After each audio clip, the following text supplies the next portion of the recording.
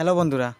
তো আজকে থাম্বনেল এবং টাইটেল থেকে বুঝে গিয়েছেন যদি তন্ত্রমন্ত্র কাজ হয় না। তো আজকে আমি নিয়ে এসেছি, যদি ওইরকম যদি করেন তন্ত্রমন্ত্র 100-এর 100 কাজ করবে, 100% তন্ত্রে কাজ করবে আপনার। তো এক ভাই কল করেছিল, যে অনেক কল করেছিল, তারপর আমি ওইটা কল তুললাম, তুলে সে ওইগুলো বলল যে ভাই কিতাবে আছে যে ওইরকম মন্ত্র, যে মন্ত্র পেয়েছি, কিন্তু ওই মন্ত্র দিয়ে কাজ করি মাথায় ব্যথা, এবং যে কোনো মন্ত্র যে কাজ করি কিন্তু ফল পাই না।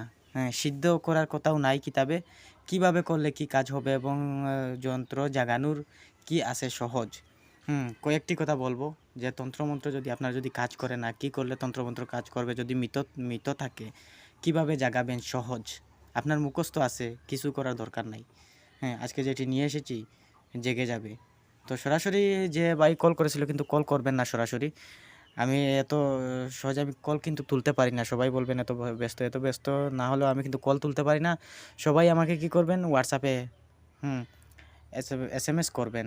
প্রথমে এসএমএস করবেন, কিন্তু ইউটিউবে যারা সাবস্ক্রাইব করে রেখেছেন স্ক্রিনশট আমার হোয়াটসঅ্যাপে দিয়ে দেবেন, দ্রুত পেয়ে যাবেন। যে সাবস্ক্রাইব করে রেখেছেন, লাইক করে সাবস্ক্রাইব করে যদি রেখে দেন চ্যানেল, স্ক্রিনশট মেরে আমার হোয়াটসঅ্যাপে দিয়ে যে কোনো প্রশ্ন করতে পারেন, আমি প্রশ্নের উত্তর তাড়াতাড়ি আমি দেওয়ার চেষ্টা করব, কিন্তু সরাসরি কল করবেন না।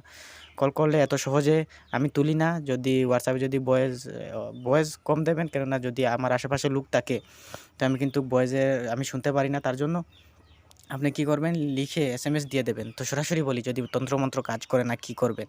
তন্ত্রমন্ত্র যদি কাজ করে না, অথবা আপনার নকশায় কাজ করে না, তো নকশায় যদি কাজ করে না, তো একটি কথা বলি, স্ক্রিনে দেখে নেন, ওই মন্ত্র গিয়ে দেখেন, ওই মন্ত্র দেখে, এবং মন্ত্রের কথাও বলবো।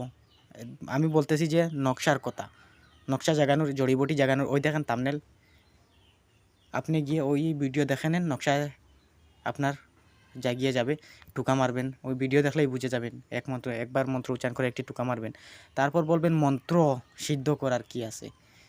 ওই মন্ত্র দিয়ে কি সিদ্ধ করতে পারবো, ওই মন্ত্র দিয়ে সিদ্ধ করতে পারবেন, যদি ওই মন্ত্র যদি লিখে তার যদি গলায় যদি ঝুলিয়ে দেন, ওইটার কাজ হবে। আর একটি কথা বলি, মন্ত্র যদি আপনি যদি ফুঁক দেওয়ার জন্য কাউকে ফুঁক দিতেছেন, কিন্তু কাজ হচ্ছে না, তো ওইটা দিয়ে কীভাবে আমরা ফল পাবো, ফল পাই না। গুপ্ত কথা, তন্ত্র মন্ত্রের হচ্ছে গুপ্ত কথা। আজকে ব্যঙ্গে বলতেছি, হ্যাঁ, কেউ ওইরকম ব্যঙ্গে কি ওইরকম বলেছে বলবে না। তো আজকে আমি ব্যঙ্গে কথা বলতেছি। যদি ভালো লাগে সাবস্ক্রাইব করে আমার চ্যানেলে গিয়ে সাবস্ক্রাইব করবেন, স্ক্রিনশট মেরে আমার হোয়াটসঅ্যাপে। আমি কয়েকটি ভিডিওতে আমার নাম্বার দিয়েছি, সব ভিডিও আমি নাম্বার দেই নাই, কারণ আমি জানবো কারা কারা আমার ভিডিও দেখতেছে। সরাসরি ভিডিওতে ঢুকেই কিন্তু বলবে ভাই নাম্বার দেন, তো বুঝে যাব কিন্তু সে আমার ভিডিও দেখে না। তার জন্য সরাসরি একটি ভিডিও দেখেছে, নাম্বারের কথা বলে দিয়েছে।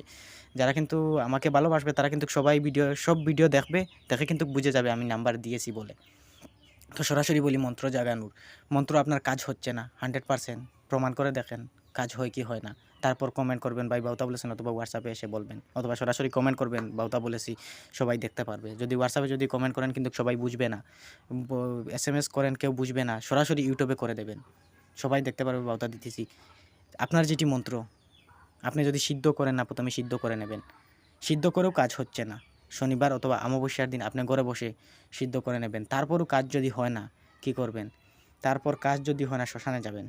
শ্মশানে গিয়ে ওই মন্ত্রে 108 বার অথবা 1008 বার উচ্চারণ করে নেবেন, কাজ হয়ে যাবে। তারপরও যদি কাজ হয় না, বুঝে যাবেন ওই মন্ত্র বাউতা। কোনো মতেই ওই তন্ত্র দিয়ে কাজ হবে না, বাউতা তন্ত্র দিয়ে। ধরেন আপনি শ্মশানে গিয়ে সিদ্ধ করে নিয়েছেন, অথবা অন্যান্য বইয়ের বিধিতে কিন্তু থাকে না। আমি আজকে যেটি বলতেছি, যে আমি তন্ত্রমন্ত্র কিন্তু সরাসরি তাকে ওইটা দিয়ে ফুঁক দিয়ে দেবেন, মাথার ব্যথা কমে যাবে। সিদ্ধ করা হয় না, তারপর ওইটা কিন্তু কাজ করে না, ওইটা গোপন হচ্ছে। আপনি সরাসরি সিদ্ধ করে নেবেন, যদি সিদ্ধ করে হয় না, শ্মশানে গিয়ে বসে 108 বার অথবা 1008 বার উচ্চারণ করে সিদ্ধ করে নেবেন, তারপর কাজ করেন, কাজ হবে। প্রথমে কি করবেন, শনি মঙ্গলবার দেখে 108 বার উচ্চারণ করবেন, তারপর কাজ হচ্ছে না, অমাবস্যা পূর্ণিমা ভালো তিথি দেখে আপনি ওই মন্ত্র জাগিয়ে নেবেন, তারপর হচ্ছে না, লাস্ট শ্মশানে বসে দীপ জ্বালিয়ে শ্মশানে বসে জাগিয়ে নেন। তারপর যদি ওইটা মন্ত্রে যদি কাজ করে না, ওইটা মন্ত্র বাউতা, মৃত মন্ত্র, ওই মন্ত্র ছেড়ে দেন। পরবর্তী যা মারাত্মক মন্ত্র যেগুলো থাকে ওইগুলো শিখেন। তো গুপ্ত কয়েকটি ভিডিওতে কিন্তু কিছু দেই নাই, আপনারা কিন্তু বুঝে গিয়েছেন। কিন্তু যেই কথা কয়েকটি বলেছি, শ্মশানে ঘরে বসে কিভাবে সাধনা, যে মন্ত্র সিদ্ধ করবেন, সরাসরি আপনি তো অনেক কিছু বলে দিয়েছি।